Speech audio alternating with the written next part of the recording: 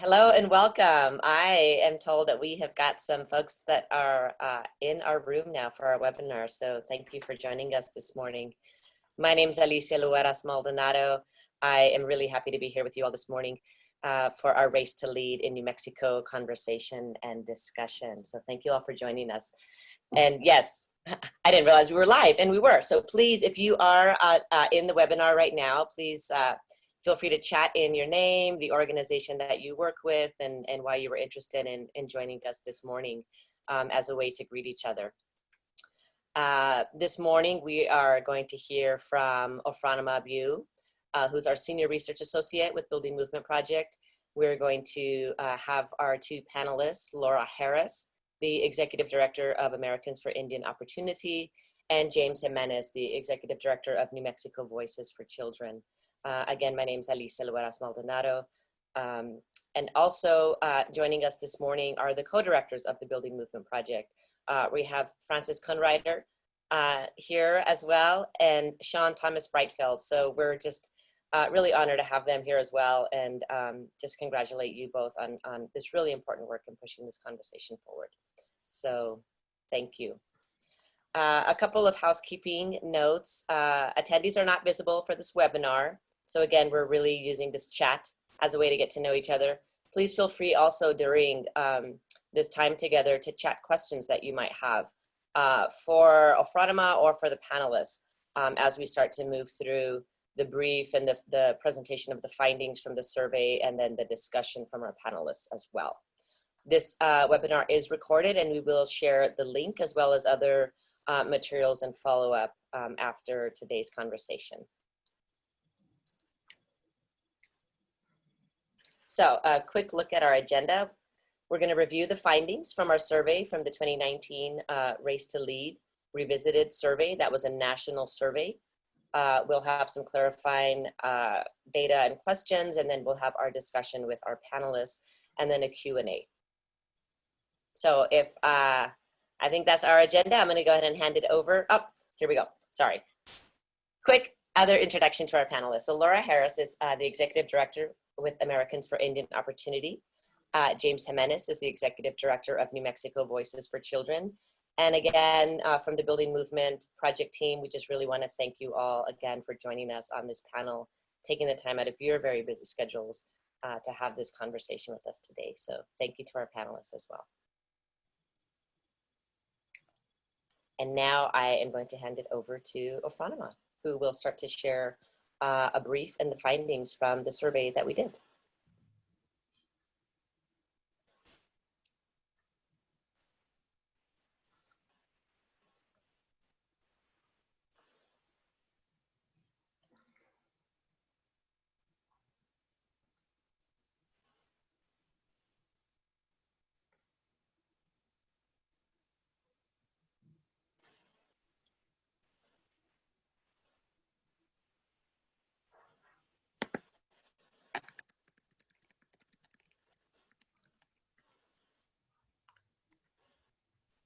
And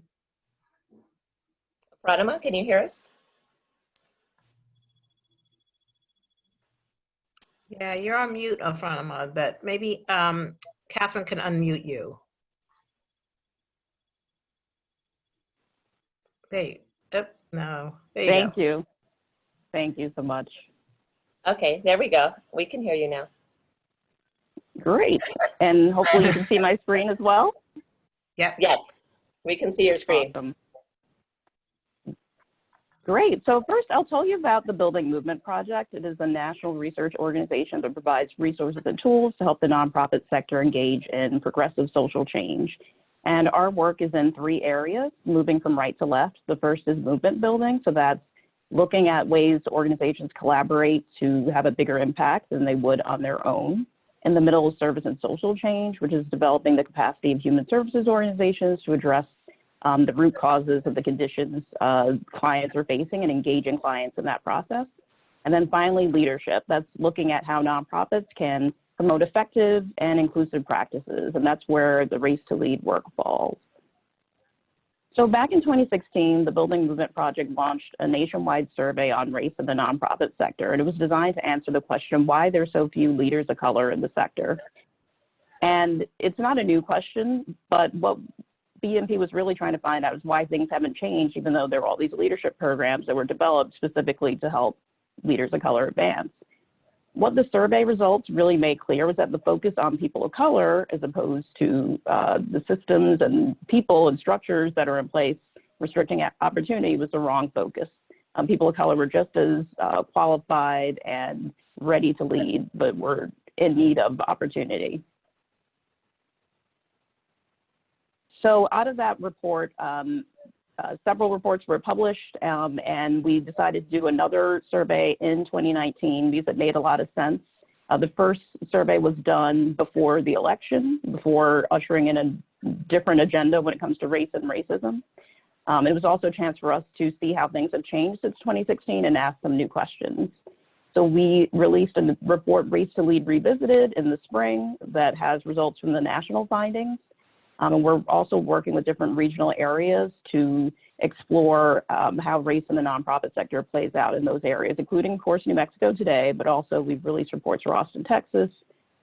We're coming out with a report for Detroit, Michigan. We've done Memphis, Tennessee, and Milwaukee, Wisconsin. So this report, the New Mexico report, will be released next week, and we'll be sure to share it with panelists. And the main findings from this report come from three sources. So the Race to Lead survey, there were 5,200 people who responded to the survey this time, including 261 nonprofit staff of New Mexico. We also did focus groups in December 2019 in Albuquerque, organized around 4 demographic groups: Millennial and Gen Z people of color, Millennial and Gen Z white people, Gen X and Baby Boomer people of color, and also Gen X and Baby Boomer white people. We also did some individual interviews with nonprofit leaders in New Mexico. So I'll tell you who took the survey. In New Mexico, there's a larger share of people of color compared to the national sample. So in New Mexico, it is 55% people of color compared to 41% nationally. The New Mexico sample also had a much larger share of respondents who identify as Hispanic or Latinx and Native American and Indigenous compared to the national sample. And there are fewer Black or African American respondents and Asian American respondents, and no Arab American respondents in the New Mexico sample. The New Mexico sample had a larger percentage of respondents who indicated they were immigrants in the national sample, 17% compared to 10% nationally. And the New Mexico sample is older than the national sample. So, for example, millennials made up 38% of the state sample compared to 47% nationally. So some of the top organization types that respondents worked for included advocacy, human and social services, health and mental health, education, housing and homelessness, and also community organizing.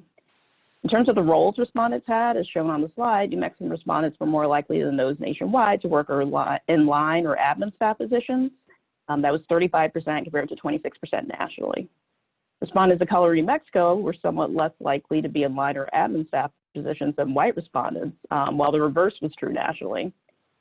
On the other hand, New Mexico respondents overall were less likely to be in senior management or director roles, and also less likely to be in executive director or CEO roles than respondents nationally. And when you look at people of color in New Mexico who responded to the survey, they were somewhat less likely to be executive directors or CEOs than white respondents, though the gap in New Mexico was just 2 percentage points compared to 9 nationally. So I'm going to show you the key findings that will be highlighted in the report. So they'll cover economic well-being and nonprofit staff, the leadership aspirations of staff, and the importance of networks and the impact networks have on careers, who leads, and funding. I'll also go through the racial composition of the nonprofits in New Mexico and the impact on staff experience. And finally, perspectives on how to make change in organizations when it comes to diversity, equity, inclusion, and also make change in the sector. So first, survey participants were asked a number of questions related to their economic well-being, including their salaries.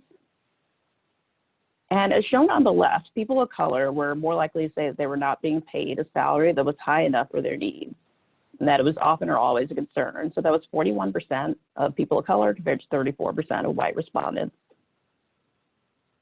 Then on the right, compared to white respondents, people of color were also more likely to say they often or always contend with being paid less than their peers for the same work.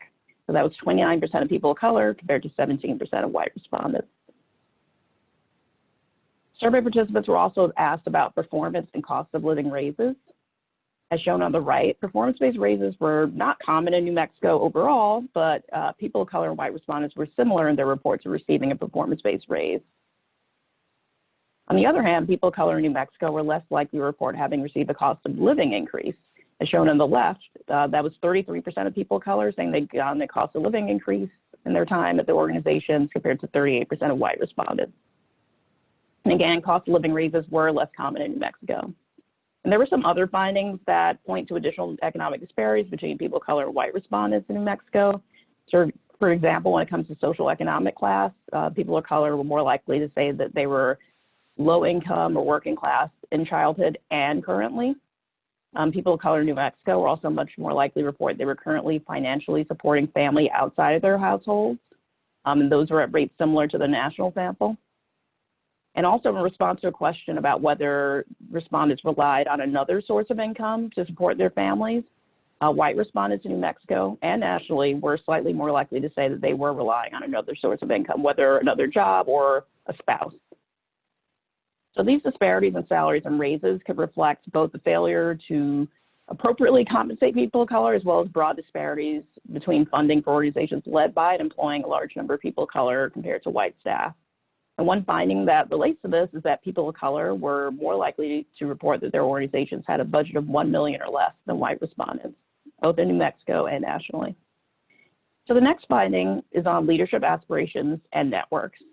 A key finding of the National Race to Lead report series is that respondents of color were more interested in pursuing nonprofit leadership positions than their white counterparts.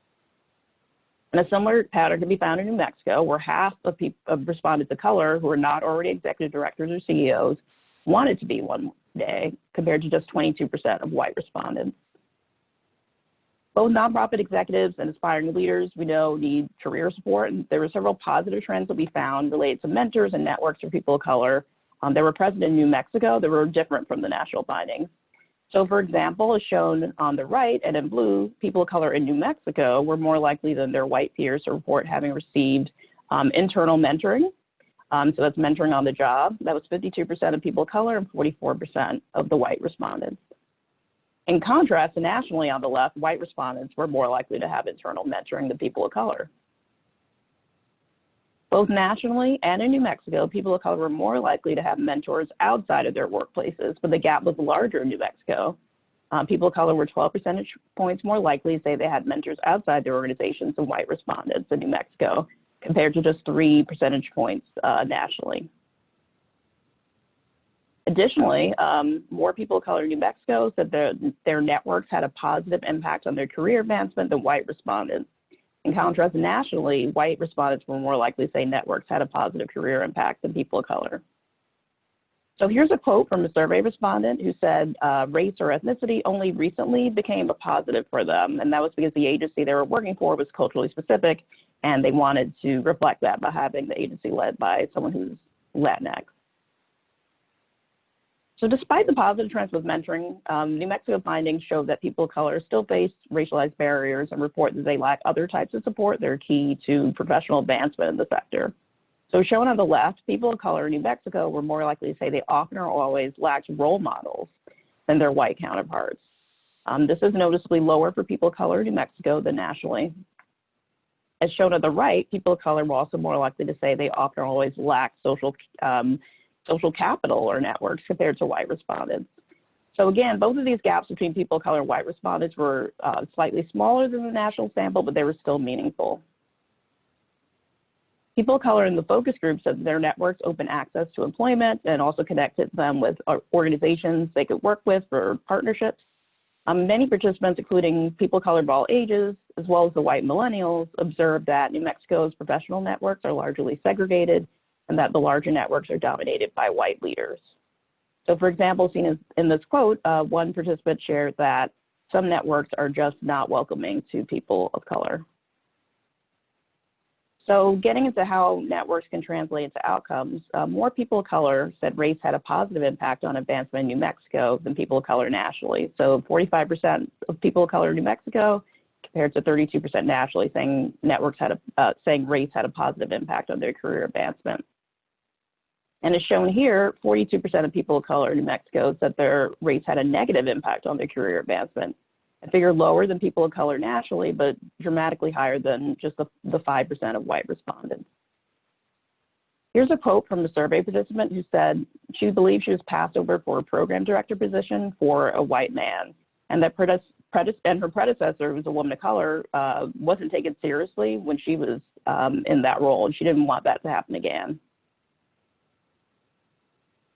Another important aspect of networks and relationships has to do with fundraising. People of color in New Mexico and nationally who responded to the survey were more likely than the white survey respondents to say they often or always lacked relationships with funding sources. So in New Mexico, 32% of people of color said that was the case compared to 17% of white respondents in New Mexico. We also noticed that white respondents were 8 percentage points less likely to report this challenge in New Mexico than white respondents nationally. In the focus groups for Generation X, the baby boomer people of color, the participants talked a lot about the challenge of raising funds in New Mexico and the lack of funding for organizations led by people of color. Participants also described the conflict between wanting the opportunity to access corporate philanthropy on one end so they could support their organizations, and on the other hand, feeling a sense of distrust from corporations that have inflicted harm on communities of color. So the next topic has to do with the racial composition of nonprofits in New Mexico. Survey respondents reported on the racial composition of the nonprofits they work for, and we in particular were interested in looking at who's on the board and who's in senior leadership. So to better look at differences across the nonprofit organizations, we categorized nonprofits into 3 groups. The first, highlighted here, is white-run, in which the board of directors and senior leadership are at least 75% white. Next is people of color led, where at least 50% of people of color, there were at least 50% of people of color, both the board of directors and in leadership roles. And then in gray is all others, so all the other organizations that don't meet the threshold for the other categories. So nationally, 45% of all respondents reported working for organizations where the board of directors and staff and top leadership roles were white-run, so that's at least 75% white. In New Mexico, just 19% of respondents work for white-run organizations. In contrast, 14% of all respondents, so that's nationally, work for people of color-led nonprofits, in which at least half of the board and senior leadership are people of color. And that figure was much higher in New Mexico, where 39% of New Mexico respondents work for people of color-led organizations. As shown in this figure, people of color from New Mexico were much less likely to report working for white-run organizations, so that was 17% compared to 33% nationally. And white people from New Mexico are more than twice as likely to report working for people of color-led organizations. That's 19% of white respondents in New Mexico compared to just 7% nationally. Survey respondents were asked a series of questions about their workplaces, and we looked at how their experiences varied by organization type. So for example, as highlighted here, in response to the statement, I would be happy if I worked at the organization 3 years from now, respondents of white-run organizations had an average level of agreement of 6.2 compared to 8.4 out of 10 for respondents and people of color-led organizations and 8.2 out of 10 in all other organization types. And the similar pattern was visible for the statement, I feel I have a voice in my organization, in which the average agreement in white-run groups for all respondents in New Mexico was 6.8, compared to 8.6 in people of color-led groups and 8.2 out of 10 in all other organization types. And then finally, for the statement, my organization offers fair and equitable opportunities for advancement and promotion, the average level of agreement for respondents in white-run groups was just 5.2, compared to 8.0 in people of color-led organizations in New Mexico and 7.1 in all other organization types. And these trends, I'll mention, did mirror the national findings. So many people of color from the focus groups and interviews know that their boards and leadership were diverse already, but still they were really emphasizing that more work is necessary to build representation of people of color in top leadership roles and on boards, and to support organizations led by people of color in New Mexico. And it's still the case, as we confirmed in the Race to Lead data in New Mexico, that there are still more people of color among the community served by the organizations and in non-senior leadership staff than among board and senior leadership. So here's a quote from a focus group participant who, reflecting on the need for more people of color in leadership, said it's important to have people who really understand and can reflect community. There's also a need to support people of color who are already in leadership. Several executive directors and CEOs of color described the frustrating experience of being the only leaders of color in the room when they're working in partnership with other nonprofits or government officials or even funders. And when we interviewed local leaders, they also said that they have to prove themselves in ways that white leaders are not expected to and face unequal expectations. So for example, here's a quote from a woman of color interview who talked about how she faces doubt on whether she can deliver when she's working with new agencies. Leaders of color also have to deal with that doubt from funders. So for example, women of color who work for decades-old organizations said they have a great reputation, but still get asked a lot of questions and to fulfill many requirements from these funders that white-led organizations would not have to deal with. Our last finding has to do with diversity, equity, inclusion efforts in organizations and in the sector. So nonprofits in the United States are taking steps to become more diverse, equitable, inclusive, and this pattern is apparent in New Mexico. We asked people in the survey if their organizations had some type of DEI initiative or activity, and 73% of respondents overall said this is the case in New Mexico. Respondents who reported their organizations had ongoing DEI efforts were asked what specific actions their organizations were taking. So as shown here, what was most common in New Mexico was clarifying that diversity, equity, inclusion is central to the organization's purpose and reflected in its mission, addressing ways that racial inequity and bias impact issues the organization works on, and working with the community on race, equity, and inclusion. Other strategies were less common in New Mexico than among the nationwide respondents, and those included increasing representation on board and advisory committees, providing training on diversity, equity, inclusion, developing new recruitment strategies to increase diversity, and measuring organizational diversity. So that these latter strategies are focused on diversity tracking, recruitment, and training. The fact that they're less common in New Mexico might reflect the higher organizational diversity reported in the state compared to organizations nationwide. Focus group participants in particular talked about recruitment strategies to address board and staff diversity. So many white focus group participants work for organizations with majority white boards of directors. They said they were considering efforts to expand, but weren't sure how to do so. And then some of the white focus group participants said their organizations had recruited board members of color, but there was a lot of attrition because new members didn't feel welcome. And that's reflected in this quote here from a white Gen X baby boomer focus group participant who said that all the board members of color they recruited left. One focus group participant of color emphasized that the need for a critical mass of people of color on the board, so not just one or two people, in order to really have an impact. People of color and white focus group participants discussed strategies to increase staff diversity as well, like designing job descriptions that were open to the widest pool of applicants, emphasizing the organization's commitment to DEI, even changing requirements. And as with reflections about board diversity, many of the white focus group participants said they had trouble with retention among staff of color. We asked for survey participants, aside from having a DEI strategy or initiative, if their organization's leadership was committed to DEI. And survey respondents working for people of color-led organizations were significantly more likely to agree that their organizational leaders were committed to DEI than those of white-run organizations. One final piece of data has to deal with strategies that would best address DEI, not only within individual organizations, but in the sector at large. New Mexico survey participants gave high ratings to leadership development programs for people of color. And we asked focus group participants about this, and they emphasized that leadership programs should focus less on developing the skills of individual people of color who are already prepared and talented, and instead invest in making spaces where people of color can lead from their own life experiences and envision new systems and models for leadership. Survey respondents in New Mexico also identified that enhanced philanthropic support for people of color-led organizations is also an effective strategy to improve the sector's diversity. They rated that 8.1 out of 10 overall. Focus group participants echoed the need for more funding for organizations led by people of color and challenged funders to address their own leadership composition and their own internal practices that they believe contribute to the lack of diversity in operations and also decision-making among funders. So for example, there's a quote for a focus group participant who emphasized that when you give money to people of color-led organizations, they will know how to use it effectively. So I'll share the opportunities that Building Movement Project identified to make change within individual organizations.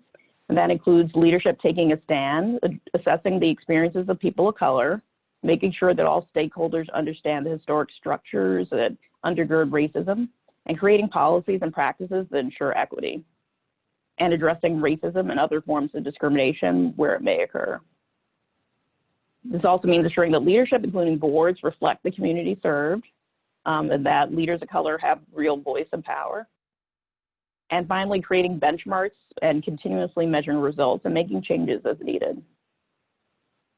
For the sector, a big opportunity we identified is funders financially supporting and scaling up people of color-led organizations, and funders and nonprofits in partnership with each other and with the community engaging in systems change work and advocacy to address inequities. So I'll turn it over there, and thank you so much.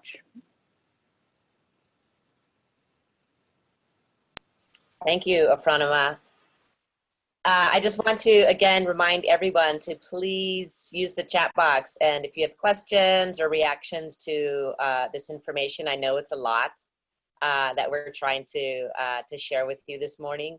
I just posted in the chat the website racetolead.org. If you go to that website, you can take a look at the findings and the reports, as well as the initial survey. There's blog posts, lots of really great information. So please feel free to take a look at the initial findings that are coming out.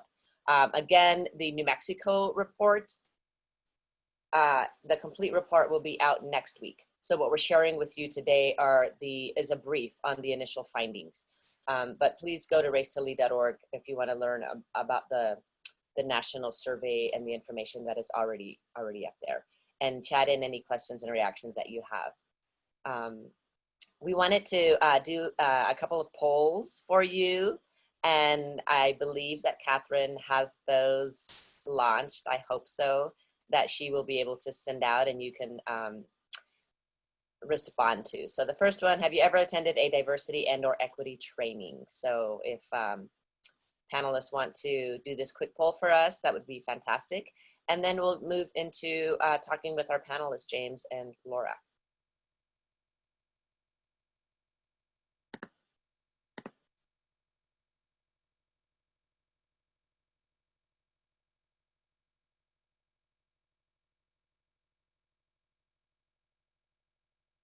Okay, so it looks like a majority of folks have attended. 83% have attended, 15% no, and there's a few folks that aren't sure. So good information for us to know. Thank you for sharing that. We had another quick poll that we wanted to do as well before we move into conversations about race and equity are common in my workplace. So another quick poll for you to respond to.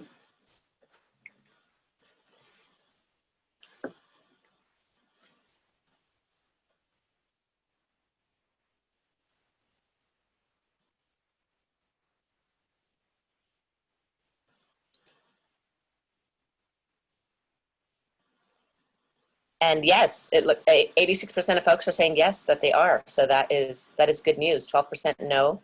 We definitely have some work to do to make sure that these conversations are having an impact, changing how we work together. So thank you for sharing in those two polls. I want to go ahead and open up our conversation with Laura Harris and James Jimenez, and just some initial reactions as to what stood out for you from the findings that Ofronama just shared with us. And maybe Laura, if you want to start, and then we'll go to James that way. I know sometimes there's a lag, so we'll go that way. So Laura and then James. Maruweka, thank you, Alicia. I'm really glad to be here with this great group and such a wonderful group of people who are have tuned in today. This is really important work, and I think it's funny what really stood out to me immediately in the report was that New Mexico is we are the majority. People of color are the majority in the state. I don't think we say that. I know I don't say it to myself enough. I don't think we're really, I don't think we really believe it yet. Maybe I'm just talking about me personally. So it's always really good to see that and for us to share that with others. And it really shines light on if we work collectively, if we work together, there really shouldn't be any problem that we can't solve together, or any policy that we can't change.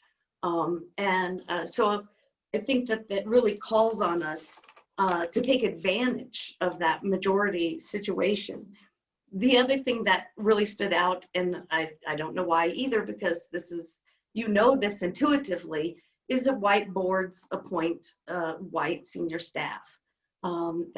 That's just a given. But to see it again, see the numbers, things that we know anecdotally, intuitively, to see the graphs, to see the actual numbers, to know that there was scientific research. And that's what really makes this research so important. So I'm glad to be here today, Alicia. Thank you.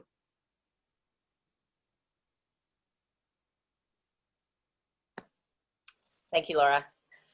James, will you share with us some of your initial thoughts? And then folks, please feel free to send in your questions and in the chat box in reaction to anything that you're hearing this morning.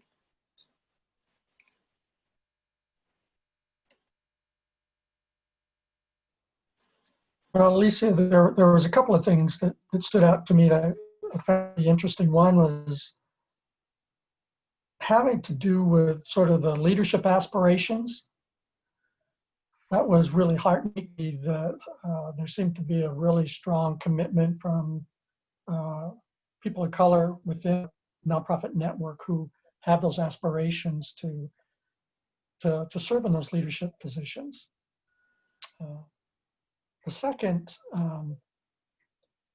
the quote about from the person that said that only recently became a positive to be a person of color, and in the network and in the leadership roles, and you know, that tells me that on one hand, that's very sad that a person has that feeling that, you know, maybe they didn't see themselves or weren't welcomed into these leadership roles in the past, but it also gives me a little bit of joy in this, to think that maybe we are finally recognizing that people's lived experience does matter in the way that organizations are staffed and run. And you know, I think as Laura pointed out, that the critical need to have people of color making executive level decisions, whether it's on the board or at the executive level staff level, I think is really, really important.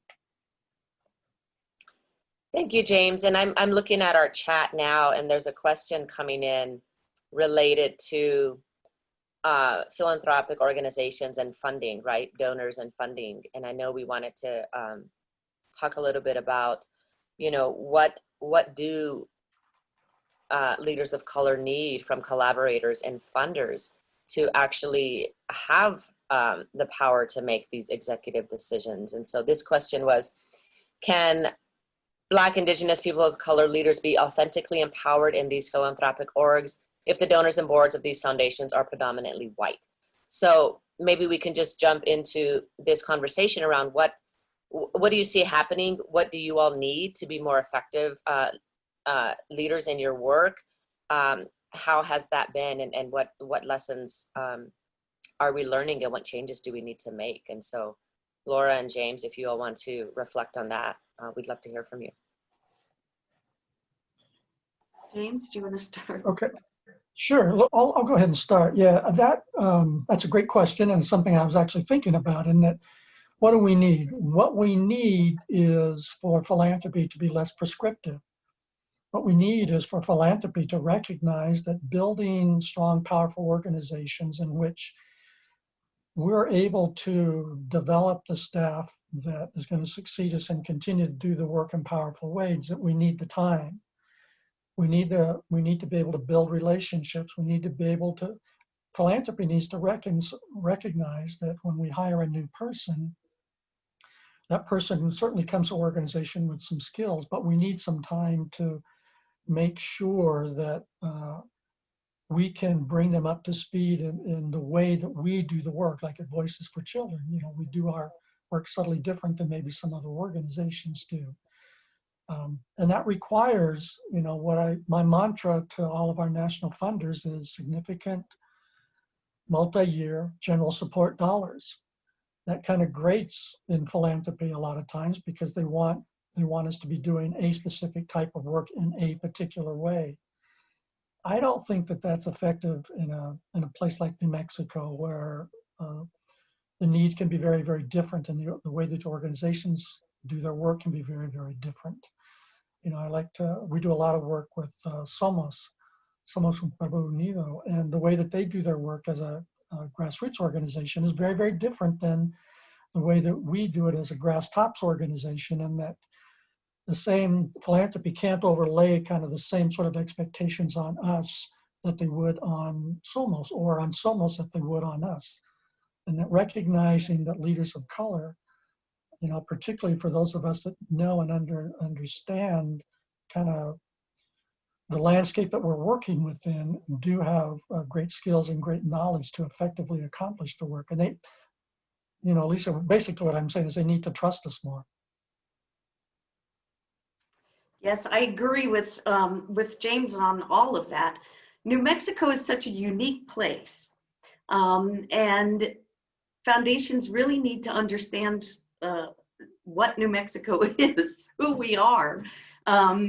Several foundations do a really good job of that. Of course, Kellogg, Margaret Casey Foundation. But, you know, inherently, philanthropy is based on the colonial system. I mean, even worse, it's based on the plantation economy. So it's in the United States, we don't just have capitalism, we have this plantation economy on top of it, meaning that that it's a very paternalistic system. And I think that's changing a great deal. I think foundations internally are looking at themselves and finding ways to change.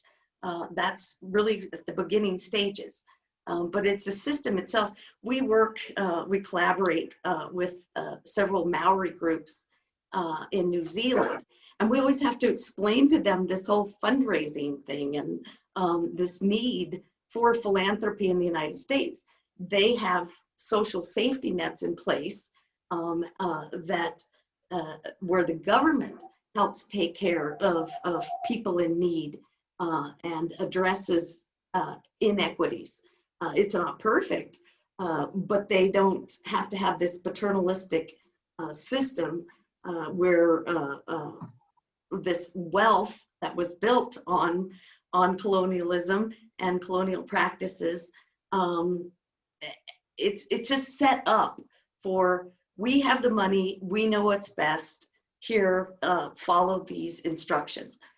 We're seeing foundations pivot and saying we're going to fund communities to do what they think is important. And those foundations, I think, are really helping to change philanthropy.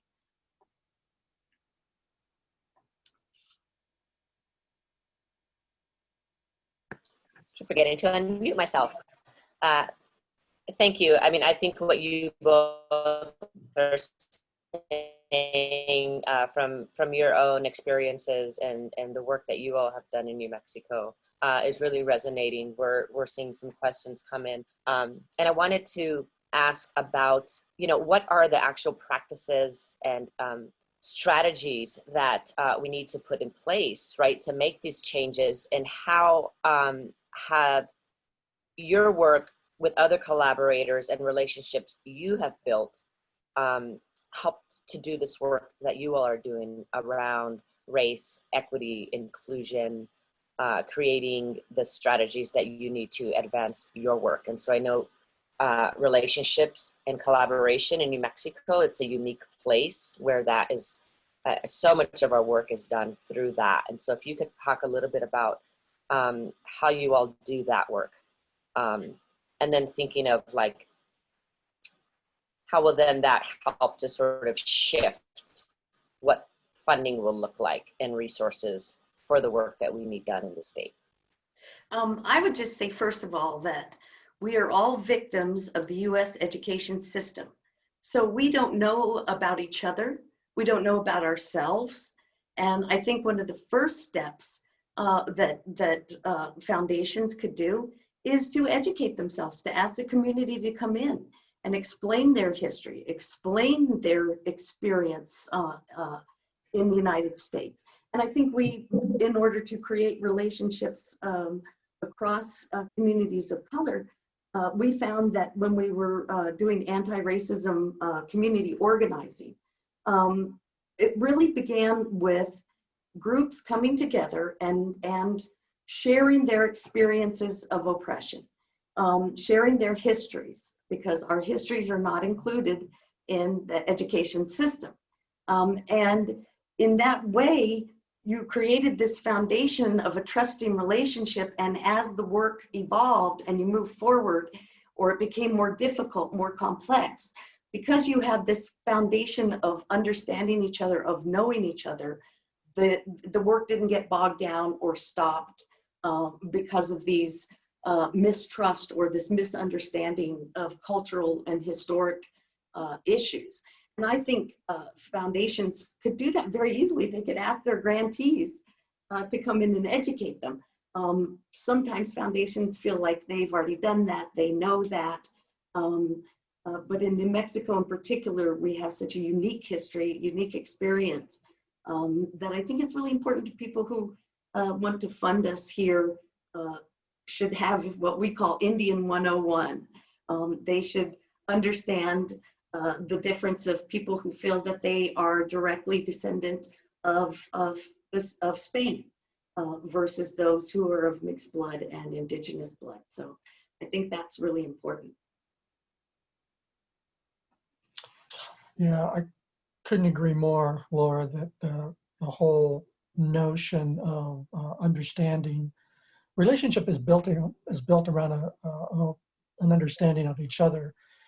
You know, I've come to believe that really the work that we do at Voices and the work, anti-racism work, requires two things. There's the head piece of it, right? There's the intellectual understanding and knowledge, the facts that you need to know, the way you do the work, what's good policy, what's bad policy, how does the data reflect the lived experiences of people of color versus white people. But there's also the heart piece. And that's the much more difficult piece. And that's what Laura's talking about is, I think that having that intellectual understanding is necessary, but it's not sufficient to do true anti-racism work. To do true anti-racism work, people have to bring an open heart in addition to an open mind. That's one of the things that we've tried to do at Voices, where, you know, we have been, I think, rightly criticized in the past for having too much of a deficit-based approach to data and information that we were providing. I think that was an accurate criticism, and to some degree it still is. What we've tried to do, though, is take a step back and reflect on, well, how is the information, how do we feel about the information that we are presenting? How is it impacting the communities that we say that we are advocating for? And so, first of all, asking those questions of our external friends and partners and colleagues. But about 2 to 3 years ago, what we really started doing was reflecting internally on how, you know, you cannot be fully anti-racist in American society, I don't believe, because we have been so inundated, so trained about how we look at each other on a daily basis. Our society is so deeply racist that I think it requires some really tough work that particularly when you have a mixed staff, that can be very, very painful for people. But I think it's absolutely necessary if we're really going to do true anti-racism work, being willing to open up our own hearts and, as Laura says, share our own experiences and listen to the experiences of our colleagues. You know, we've been through a fair amount of that at Voices, and it's not always easy. It can be very difficult, but I really think it is necessary in order for us to understand how to better interact with like the grassroots partners that we work with, and to really understand racism in America and how it has impacted us. I appreciate you sharing that, James and Laura, and just what you're saying is really resonating with me. And there's some questions and reactions coming in from our chat that I want to share. Julia shared, I moved here from North Carolina and have found BEI work in New Mexico is very different because of the cultural and historical context here. So I think both of you all are acknowledging that that is a challenge. And so oftentimes we get stuck, right, when we're trying to have conversations around race and equity and our mixed heritage, right? Many of us, myself included, as a Genisera, has, you know, I have Spanish, I have Native American, I have African. I mean, you know, it's like, do you chop off one hand and like, you know, I mean, there's like, you know, you're trying to figure out how to make sense of this. And so I think we often get stuck. And so there's a question here that from Antoinette that I think is, you know, how do we then take the learnings and teaching opportunities to advance this work so that we don't get stuck and shut down again, because this is really work that does call for a lot of, it's heart work, right? We need a lot of grace. We need a lot of being able to listen to each other. So what have you all seen that is working for you to advance those conversations and the work within what you all are doing?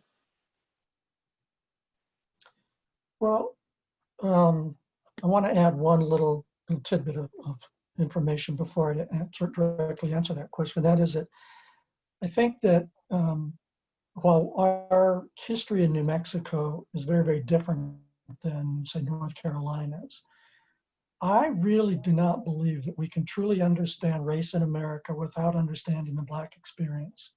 I made a trip to Montgomery, Alabama a year and a half ago, and visited the Equal Justice Institute and the Legacy Museum and the National Memorial for Peace and Justice. And that was such a profoundly important experience for me to understand that even the way that I think about myself, even the way that New Mexico law was created was profoundly influenced by what Laura pointed out with the plantation economy and our whole perspective of Black people's experience in the world, in America, even in New Mexico.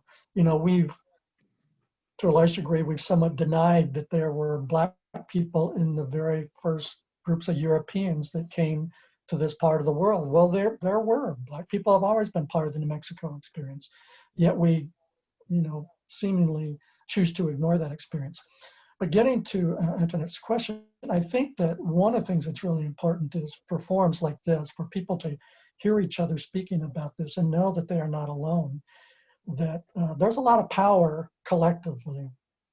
You know, the work that Laura does is similar to, but very different than the work that we do at Voices. But that doesn't mean I mean, collectively, I think we have a power and an ability to frame these messages and to continue to speak about them openly and publicly and proudly and in an unafraid way that really advances the knowledge. And you know, it seems that the murders of Black men and women that have been taking place and others that have been taking place more recently have really heightened the sensitivity of Americans to the deep racism in our society. And it feels to me like a fairly important time that we can't let pass, that we've got to do it collectively with really powerful voices. I think James covered it. I think that's exactly right.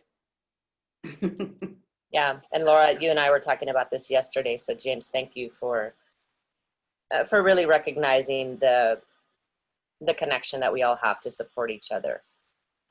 There was a question from Ellen around what other suggestions could be made to allow people who are on boards, right, Black, Indigenous, people of color folks, to be able to, I'm trying to find it, okay. If you're in an organization, what are the suggestions for making new board members who are people of color feel welcome, engaged, and part of a mission? What are the things that you will have seen that are working or that need to be done in order to allow folks that are on boards that are people of color to advance the missions of their organizations? What I think one of the things is, but my parents were involved in integrating our hometown of Lawton, Oklahoma in the early 60s. And what they found worked is they created a Native American, African American, and Anglo coalition. And that included James's mother-in-law. His mother-in-law and my mother worked together quite a bit. So they began to socialize. They took turns meeting in each other's homes, and they became really good friends. And again, it's that trusted relationship that allows you to be creative and innovative within that group. And what we ought to do more of, we should be very conscious. And as James says, you know, Indigenous communities have issues with anti-Blackness. They need to talk about it. But the best way to do that is invite other people to join your organization. Make your organization already people of color friendly, and then your new board members are going to feel comfortable already. I mean, even Rotary Club, Kiwanis, invite, just very intentionally, purposefully invite folks, make them welcome, and make sure that they stay and contribute to the thinking. Often corporations make silly mistakes that if they'd had a person of color at the table, that person would have gone, you can't do that.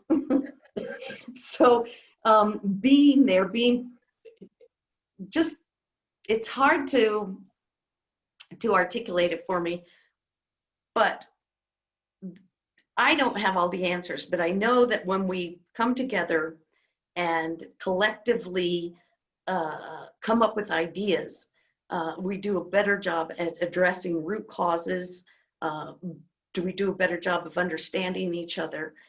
So it's not just one individual's idea of how to make people of color more welcome on the board. That organization has to do that internal work, creating relationships with themselves, and then bringing on other people to get better ideas of how you go about getting more people of color. I mean, the most important thing is you hire people of color. We often get calls here at Americans for Indian Opportunity. How do we get more people, Indigenous people in the Peace Corps? How do we hire more Indians in, you know, this type of business? Well, the first thing you do is you hire Native American staff to recruit Native American staff, or you hire people of color to recruit and retain people of color. Yeah, I agree with what Laura said. And I want to add one other thing, that I've served on boards where it really felt to me like I was the token brown person. And, you know, the board really made no effort to really try and find out who I am or what my thoughts or feelings about. It was a healthcare organization, and while I learned a lot about the sort of the healthcare that particular organization was engaged in, it really did feel to me like, you know, I was there to check a box. So in addition to what Laura was talking about, the building the relationships and recruiting people of color to talk to other people of color. It's also important to, for boards to recognize that, a few kind words, a way of cultivating interest in an individual, learning more about their history and what they can bring, the perspectives that they can bring to a board, I think is really important. That doesn't happen like during the board meeting, right? It's got to happen in a capacity outside of sort of the business portion of a board's time together. Thank you for that. And there's some great comments coming in around how boards can do better work. I wanted to think a little bit here and get your reactions on, if you're thinking ahead in the next, 3 to 6 months out, and, we're still dealing with the COVID pandemic and how that's affecting people of color disproportionately, particularly in New Mexico, our Native communities, really being impacted nationally, seeing our Black brothers and sisters, those communities, immigrant communities, the Latino communities, and we're thinking, out in terms of the types of work that you're doing now. What is trending? What do you think that you're going to need to be able to continue to advance your work in light of all of these things that we're seeing with regard to the social unrest, COVID? What are you going to need? And if there are particular things that you're seeing that are trending or that are actually working that we need to lean into, I would love to hear from you all on that. James, you want to start? Sure. Well, I think that if we are truly going to see this time in America as being transformational, then philanthropy, the places where there are money and power, need to continue to evolve and change. So I'm encouraged by, we are fortunate, very, very fortunate to get money from national foundations. They, just really in the past 6 or 7 months, have changed the way that they are thinking about funding us. And they're doing two things. One is they're asking us how we are working with, because we are a grass tops organization, how are we incorporating the needs of community in the way that we think about and do our work. And for us at Voices, that's meant developing deeper relationships with organizations like Somos and Cafe and El Centro and Partnership for Community Action and others. So that's a piece of it. Philanthropy can help encourage building those kinds of relationships, but they also need to respect that the time that our partners commit to working with us is not free. They have to be willing to provide resources, whether that's to them directly or through us. Either way, I think that that's vitally important if they want to help continue to build a stronger movement. My dear friend Marcela Diaz almost talks about her 20-year power building strategies that they have, and I think that that's absolutely right. That if we're going to be transformational, that's one of the things that has to happen, and I think it is beginning to happen, but it needs to happen more and at a bigger level.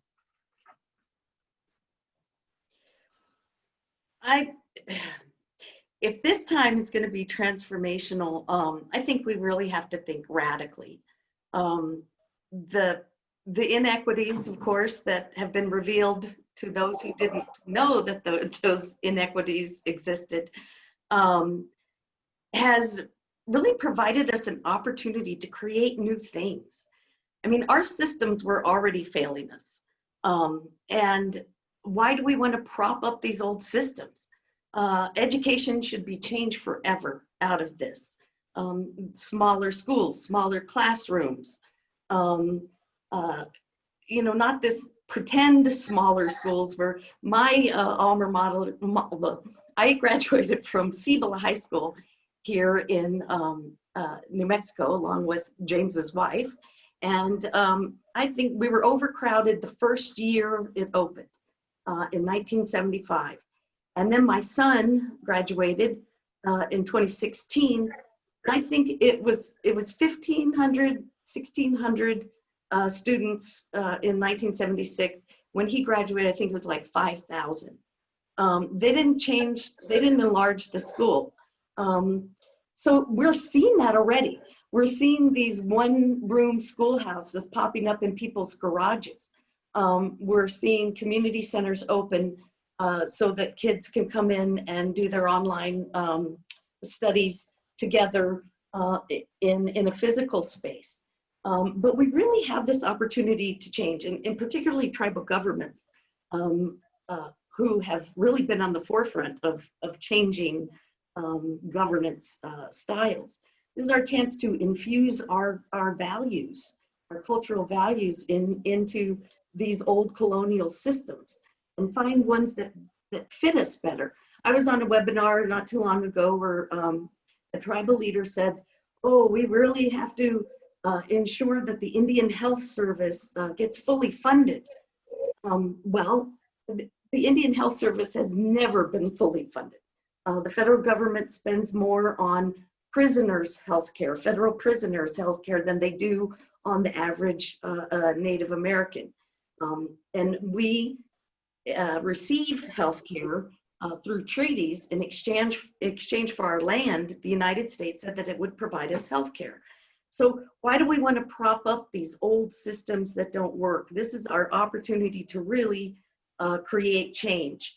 But we get in these reactionary modes where we're trying to provide groceries and rental assistance to people right now. And that's sucking up our creative juices. We're an advocacy organization, and we're trying to get out of the grocery business because for the last 3 months, we're providing groceries to urban Indians in Albuquerque. So it takes away from our chance to come together and really rethink some of those old systems and rethink them in a more compatible way to our indigenous values. I think that's our opportunity. And if we're not too busy reacting to crisis, but that other folks, service organizations, philanthropy, the government, start taking up the slack in our communities, then that frees some of us up to engage community and find out what's working and what would they like to see. But it's hard to engage community when you're in crisis mode and when they're in crisis mode. Mm-hmm. Thank you, Laura and James, for sharing your reactions and your thoughts to this report, but then also really sharing with us your experiences and the work that you're doing in community. I wanted to move us towards the close of our webinar and also invite Ofronama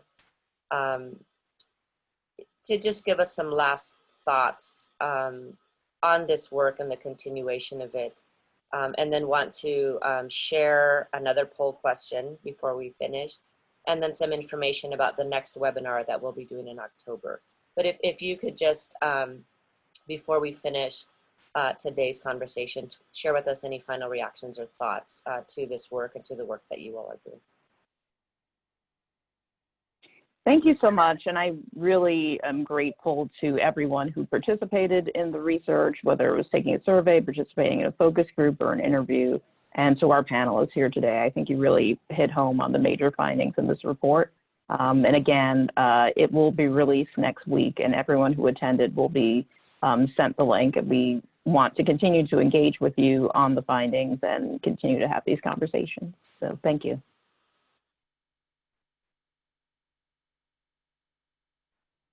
Let's share a poll question before we move to close, unless Laura and James, you have anything else you want to share with us today? Just thank you. Thank you for this. Yes, thank you. And thank you for this research and your presentation of it, Ofronama, that really is insightful. So we've got a quick poll coming up to see what resonated the most with you.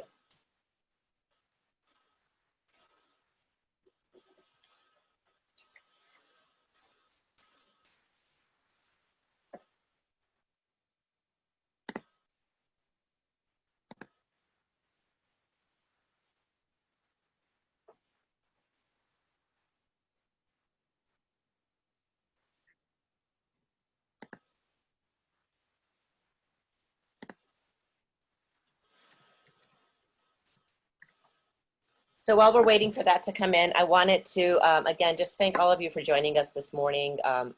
Everyone that was an attendee and all of the questions and comments that you have shared in the chat box. We're going to be looking through that as we continue to advance this work. And wanted to share with you all that on October 13th, we will be having another webinar based on a survey that we conducted earlier this year after the COVID pandemic hit. And so this webinar is called New Mexico and COVID-19 Effects on Leaders of Color.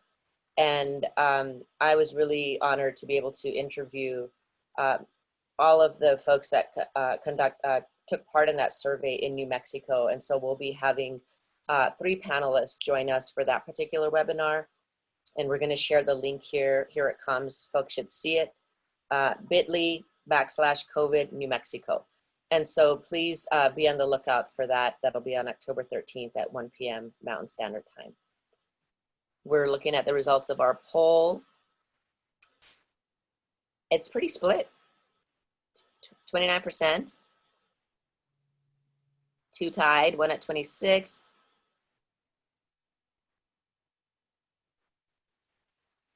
Two ties. Structural analysis of race and racism, especially for white-dominated groups, is a critical foundation for race equity work. Tied with organizations that are committed to diversity, equity, and inclusion must establish thoughtful and measurable ways to access programs. So thank you again for all your participation, for joining us today. Ofronama, Francis, Sean, Catherine, our Building Movement Project team, it's a pleasure to work with you. Laura and James, thanks for being with us. We're gonna sign off and be on the lookout for the follow-up information on today's webinar. Thank you. Be well, be safe.